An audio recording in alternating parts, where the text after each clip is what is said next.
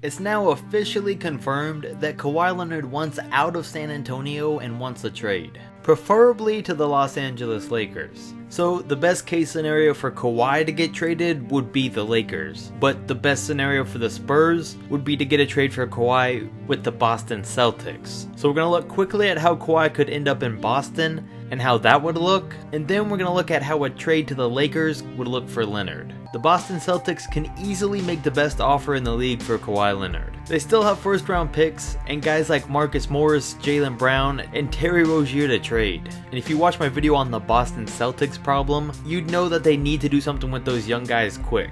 If they can get Kawhi Leonard, that would fix their problem, and realistically, they'd probably be the new favorites for an NBA championship instantly. They'd have a starting lineup of Kyrie Irving, Kawhi Leonard, Jason Tatum, Gordon Hayward, and Al Horford. I don't know how much of a bench they'd have left after that trade, but I got faith that Danny Ainge would work something out. We don't know if Kawhi would be happy as a Celtic because he wants to play for LA, so maybe he leaves after he becomes a free agent, or maybe within the next couple of years they actually win an NBA championship.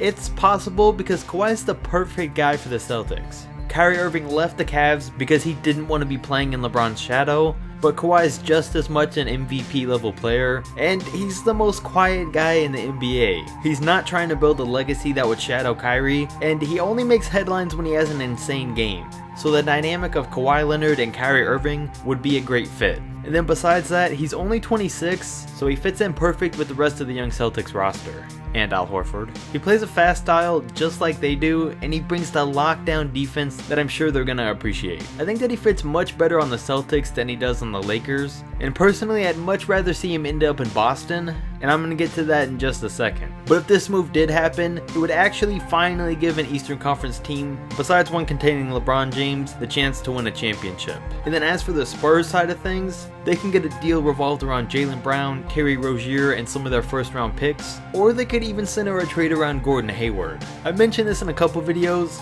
Yeah, they just got him and he hasn't even played a full game for them, but if I'm picking between Gordon Hayward and Kawhi Leonard, I'm going with Leonard. And I think that no trade should include Jason Tatum because I think the Celtics should do everything in their power to keep him. And then as for a trade to the Los Angeles Lakers like he wanted, to land Kawhi, they would have to give up Brandon Ingram, Kyle Kuzma, and any first round picks they can come up with. But just because Kawhi wants to be traded to the Lakers doesn't mean that's where he's going to end up. Because the Spurs are the one that gets to pick where they're going to trade him. But the Lakers are able to give one of the best offers in the league, aside from the Boston Celtics.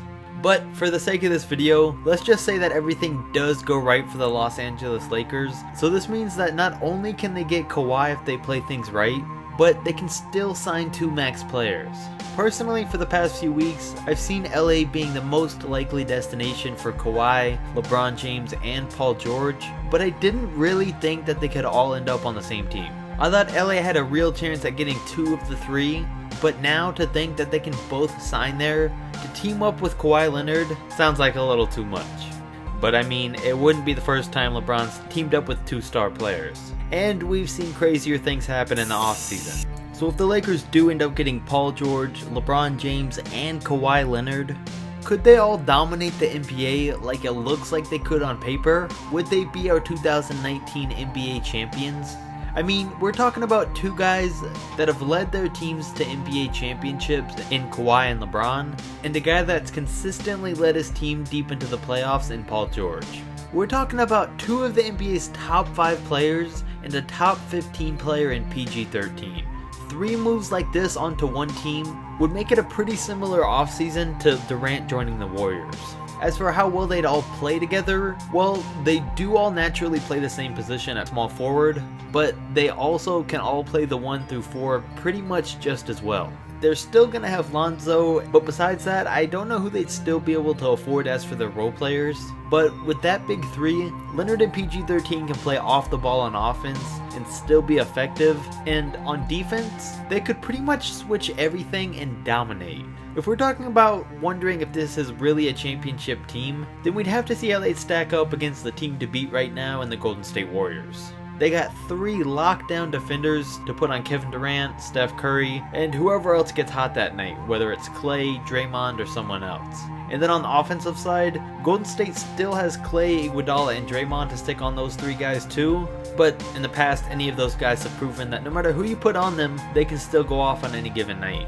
I mean, we've seen an entire team's defense be dedicated to stopping LeBron, Kawhi, and Paul George, so to imagine a team having to do everything they can to stop all 3 of those guys together makes you question if that's even possible.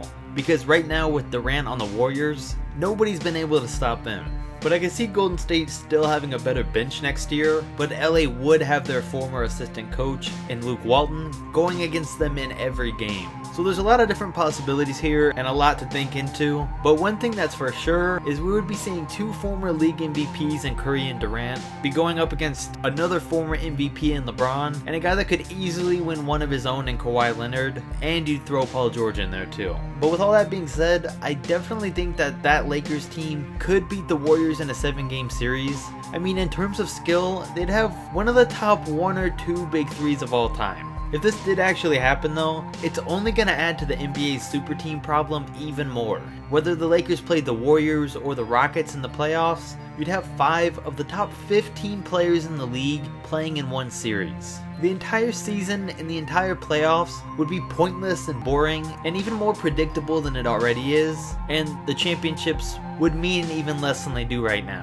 Because they already don't mean much with Kevin Durant and the Warriors winning the past 2, so if the Lakers won it in 2019, after all the guys they had to get on their team to get there, it wouldn't mean that much. So like I said, I definitely think there's a chance that this big 3 could form, and they could be your 2019 NBA champions.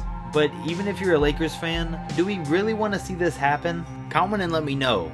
The Spurs really don't want to trade Kawhi, but I still see him getting traded this offseason. Because if not, he could just sit out all next season too and say he's still injured.